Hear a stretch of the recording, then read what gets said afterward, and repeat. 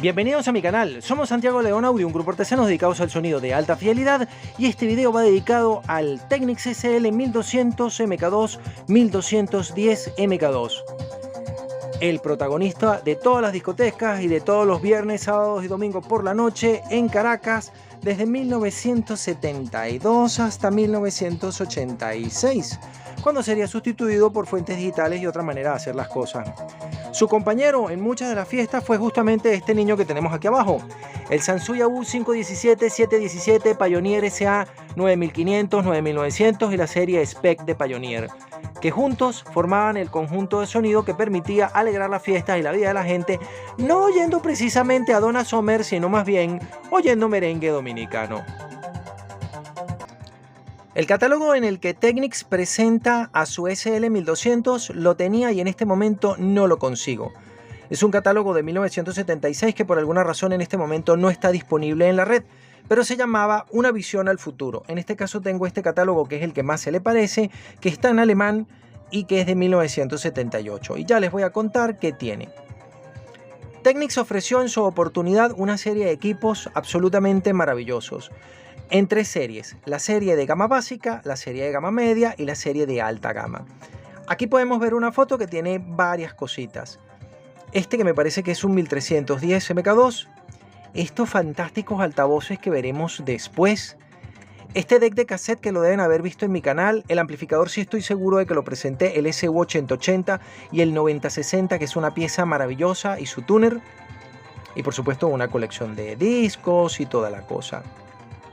Cuando fue presentado el Technics 1200 MK2, me voy a referir específicamente al MK2, habían otros platos en el catálogo, que eran el SL1000 tope de serie, y después el SL1002 y el SL1100, que venían dos versiones, una versión con brazo que se llamaba SL1100 y una versión que era solo unidad de transporte, que era el SL110.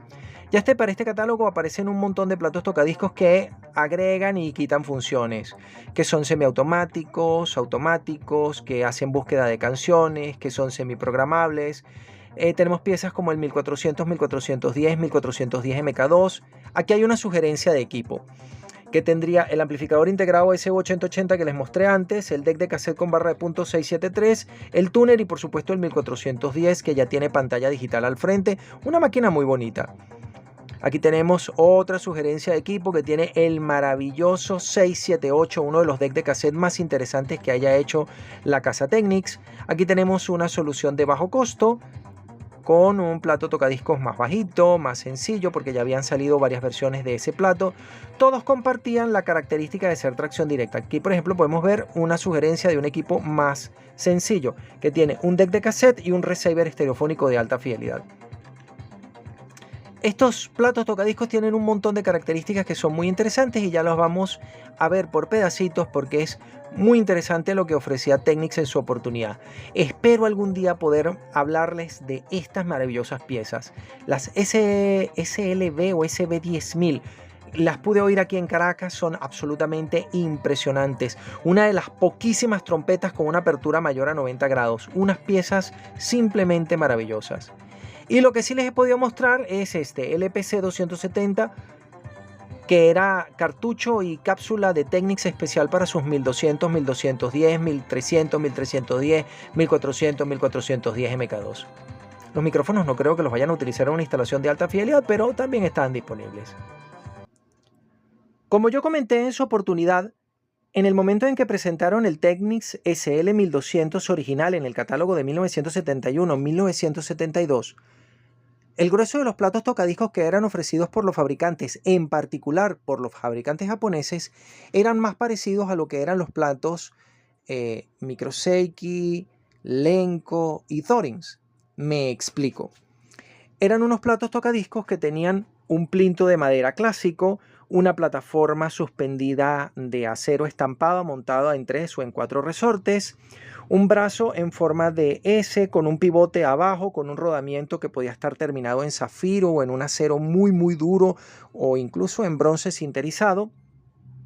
Una plataforma giratoria también de acero estampado muy sencilla que era impulsada por un motor a un lado, un sincromotor de corriente alterna. Vamos a ver si consigo un plato y les puedo mostrar. Aquí tenemos algo que se parece un poquito más. Este es el plato Yamaha YP211, YP450, YP700-701. Es la misma estructura. Es un plato que está construido sobre en este caso, un plinto sólido de madera muy deteriorado. Algún día lo arreglaré. Que lleva un sencillísimo brazo en forma de S, donde el eje está colocado aquí abajo escondido y solamente tenemos visible el pivote. Aquí está el anti-skating, no tiene contrapesos de equilibrado como sí tenían otros brazos de la época, ya traen un plug para meter una cápsula universal como cualquier otra y la plataforma es completamente libre y no tiene motor. Si nosotros quitamos la plataforma, nos vamos a dar cuenta de que debajo está el espacio para el motor de arrastre y la correa. Esa es la estructura que tenían los platos en aquella época. Bien, con un plinto sólido como este, muchos platos hoy en día se están haciendo así, o con un plinto suspendido de bandeja suspendida como los hacía Lenco, Torrens y después los haría Pioneer. No son malos platos ni mucho menos, pero era el grueso de los platos tocadiscos que se le ofrecía a la gente. Yo les mostré en otra oportunidad un plato Yamaha, mi YP800, vamos a volver a colocarlo. En la época en la que se presentó el 1200 original, ya existían platos como este. Es decir, un plato en el que el plinto era una pieza sólida, no una pieza suspendida, tenía 4 patas de suspensión y tenía tracción directa.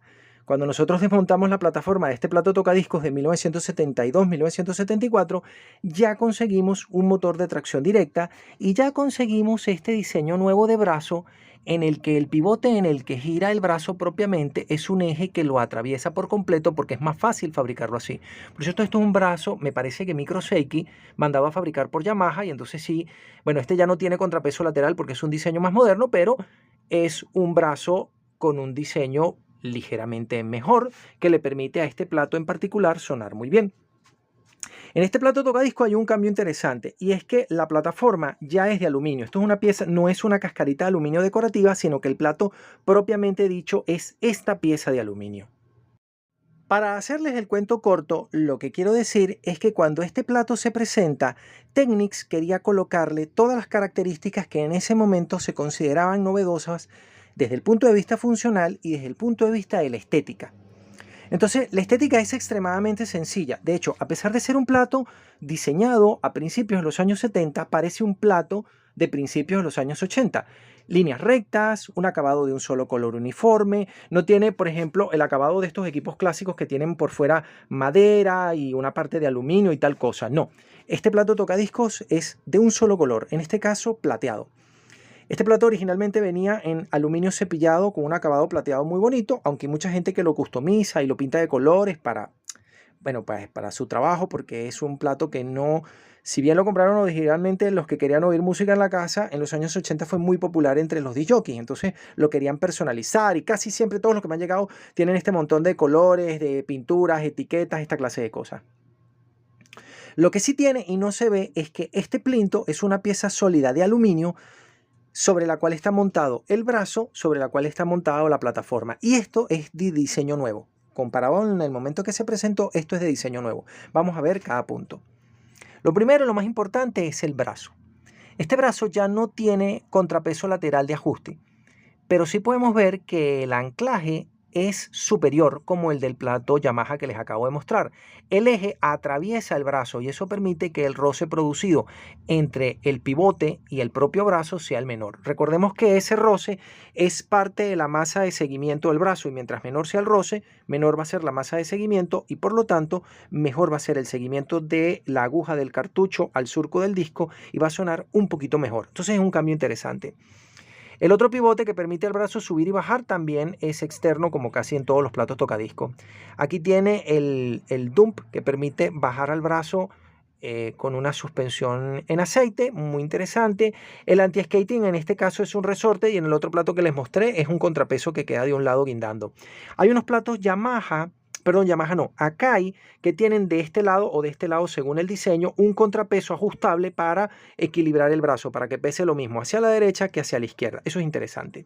En este caso ya se ha compensado el diseño y lo único que podemos tener es el anti-skating y el contrapeso que permite equilibrar la masa del cartucho y de la aguja. Que en este caso quería mostrarles que justamente el cartucho y la aguja que venían para este plato, un National Panasonic 205, en este caso su versión 8.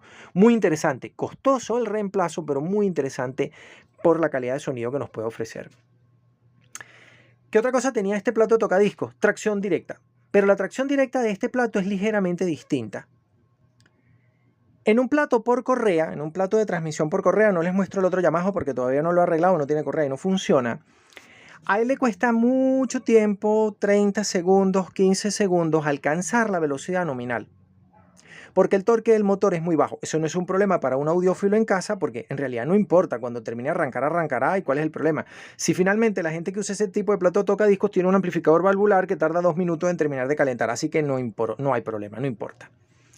El otro plato tocadiscos que lo han visto funcionando un montón de veces y no lo voy a aprender de nuevo para ahorrar tiempo porque el video no sea más largo, el Yamaha YP800, el YP600, el YP1000 y los platos Sony de la época, cuando tú le dabas a arrancar la plataforma giratoria, él tardaba unos 5 o 10 segundos en estabilizar la velocidad final para que tú pudieras oír tu música. Pero eso tampoco es un problema porque 5 o 10 segundos es lo que tú vas a tardar en tomar el brazo y poner la aguja en el surco del disco y empezar a oír tu música, no hay ningún problema. Pero en el Technics no, porque el Technics estaba desde el principio pensado para una cosa distinta. Entonces miren lo que pasa aquí. Cuando yo le doy Start, automáticamente está en velocidad. No sé si se puede ver en el estrobo. Automáticamente está en velocidad. Tarda medio segundo en montar velocidad. Eso es una característica totalmente inútil para un audiófilo en casa, pero es muy útil para la persona que está trabajando con este plato. Y por supuesto el freno también es súper veloz, no está perfectamente calibrado porque este plato tiene deterioro, pero cuando es nuevo, él arranca en medio segundo y para en medio segundo. Otra cosa que tenía este plato tocadiscos que los demás ofrecían como accesorio, pero él traía de fábrica, es esta lamparita, porque permite utilizarlo con muy poca luz o directamente sin luz. Te va a permitir saber dónde está el brazo y dónde está la aguja y qué es lo que estás haciendo y qué canción estás reproduciendo y tal cosa. En otros platos tocadiscos la lamparita te la ofrecían aparte y podías colocarla aquí en algún lugar o en la mesa o en donde fuera. Pero este plato ya la traía. Los platos Sony, para aquel que me vaya a contestar, los platos Sony PSX600, PSX400, que son de seguimiento lineal, es decir, que son de seguimiento de brazo corto, ellos traen esta luz, pero no traen esta luz para auxiliar al melómano, sino para auxiliar al circuito de seguimiento de las canciones, que es una óptica que está montada en el brazo. Es otro propósito distinto. Este plato originalmente era el más económico de su serie. Cuando salió el catálogo original, los platos eran el 1700, el 1500, el 1300 y habían dos platos de baja serie, que son el 1000, tope de gama, en un mueble de obsidiana, una pieza espectacular, la unidad de transporte SP10, y el plato 1100, que es un plato tocadiscos completo, sí clásico, tiene esta misma mecánica, pero tiene un diseño clásico por fuera de madera, muy bonito, bellamente acabado y terminado. Y el SL110, que no trae brazos, sino que lo que trae aquí es un espacio para montar el brazo que mejor convenga, porque la calidad de sonido de tu plato tocadiscos la termina poniendo el brazo. Entonces Technics ofrecía como opción que no montaras un brazo de la propia marca, sino que montaras un brazo Sony o un brazo SME o un brazo Infinity o un brazo Dynavector que ofrecían una mejor calidad de sonido, de tal manera que aprovecharas de ello la unidad, la plataforma giratoria propiamente. Eso hoy nos parece muy extraño, pero en su época un montón de fabricantes, la misma Sony sacó una plataforma que no tenía brazo ni sitio donde ponerlo, o sea, era el cuadrado solamente o la pieza redonda que estaba motor, fuente de alimentación y plataforma giratoria, y no tenías espacio ni para poner brazo. El brazo lo ponías en un mueble aparte. Estoy hablando de el TTS 3000 y TTS 4000 del catálogo de 1969. Eso lo quiso hacer Technics y se llama la plataforma SP10, que es el verdadero tope de gama de su catálogo. Y este plato tampoco fue el primero en montar pitch, porque el que les he mostrado, el YP800 y el YP1000 y los platos Sony que han visto en mi canal o que aparecen en mi blog, el PSX50, PSX60, PSX70, PSB80, el que tuvimos aquí, el PS8650, traen pitch. Lo interesante de este plato tocadiscos es que traía un pitch enorme. Y todas las reediciones que ha hecho Technics y todos los competidores que le ha hecho Pioneer y Audio-Técnica tienen este pitch gigantesco, que para el audiófilo pues también es medianamente inútil, aunque sí permite corregir la velocidad de los discos, pero para el que mezclaba era súper genial porque permitía sincronizar dos platos y hacer que las canciones entraran al mismo tiempo para que los golpes del bombo quedaran sincronizados y finalmente se pudiera hacer la mezcla. Un detalle interesante de este plato tocadiscos Technics es su brazo. Cuando fue introducido este modelo en 1971-1972 era el plato tocadiscos más económico de su catálogo. Con lo cual tenía, como era costumbre y como es costumbre para los platos económicos, un brazo corto, un brazo con una longitud efectiva de 220-225 milímetros. Eso permite utilizar agujas cónicas. Una aguja cónica puede sonar muy bien. Agujas cónicas como por ejemplo la Shure M35, M40, M44, M55 e incluso la M70 son cónicas. Una aguja cónica no tiene nada de malo porque puede sonar muy bien, pero es una aguja básica. Technics quería que su plato tocadiscos, que ahora sería promovido a un plato de gama media, y los gama baja serían ahora el SL20, SL200, 220, 240, etc., aprovechara la ventaja de la calidad de sonido que puede ofrecerle una aguja elíptica. Una aguja elíptica te requiere un brazo más largo. En este caso, el brazo que utilizó Technics para este plato y para el 1300 y el 1400 y el 1500 y tal, tiene una longitud efectiva de 235 milímetros. Esa longitud se mide entre el pivote donde gira el brazo y el sitio donde quede la propia aguja. Esta aguja, no el cartucho, vamos a ver si enfocamos, sino la aguja propiamente. Con una longitud efectiva mayor se puede aprovechar una aguja elíptica. Mientras más largo sea el brazo del plato, menor va a ser el error de seguimiento o el ángulo que se forme con el surco donde está depositada la música en el disco. Por eso, por ejemplo, el plato Yamaha que les mostré antes, el YP800 y el YP1000, llevan un brazo larguísimo de 242 milímetros de longitud efectiva. Mientras más largo el brazo, menor el error de seguimiento. Y mientras menor sea el error de seguimiento, más elíptica puede ser la aguja que montemos sin perder las propiedades y las características que ésta tiene. Una aguja elíptica, como la que se puede montar en este plato, tiene unos mejores medios, pero sobre todo tiene unos agudos más finos y más detallados. Y se pueden aprovechar gracias a que el brazo es ligeramente más largo. Y este brazo es especial por eso y por otras cosas. A diferencia del grueso de los brazos que habían en su época, este no pivota abajo en un eje, como lo hace la plataforma del tocadiscos, sino que pivota en un eje que lo atraviesa en dos puntos, con lo cual la masa de seguimiento producida por el roce es algo menor. Tampoco tiene contrapesos laterales como solían tener los brazos que le son contemporáneos, sino que ya está equilibrado de fábrica. Y adicionalmente, como los platos Sony, tiene aquí escondido un mando que nos permite ajustar la altura del brazo para ajustar el ángulo de ataque de la aguja contra el surco del disco. Muy interesante. También tiene, por supuesto, el anti-skating. Debería tener aquí la palanquita que permite subir y bajar la leva que hace liberar el surco del disco como una pausa. Pero bueno, eso se ha perdido porque han deteriorado este plato, lamentándolo mucho. Aún así, y aún a pesar del maltrato, este plato está muy bien construido y sigue funcionando. Nos vemos en el siguiente capítulo de cómo restauramos este bonito equipo.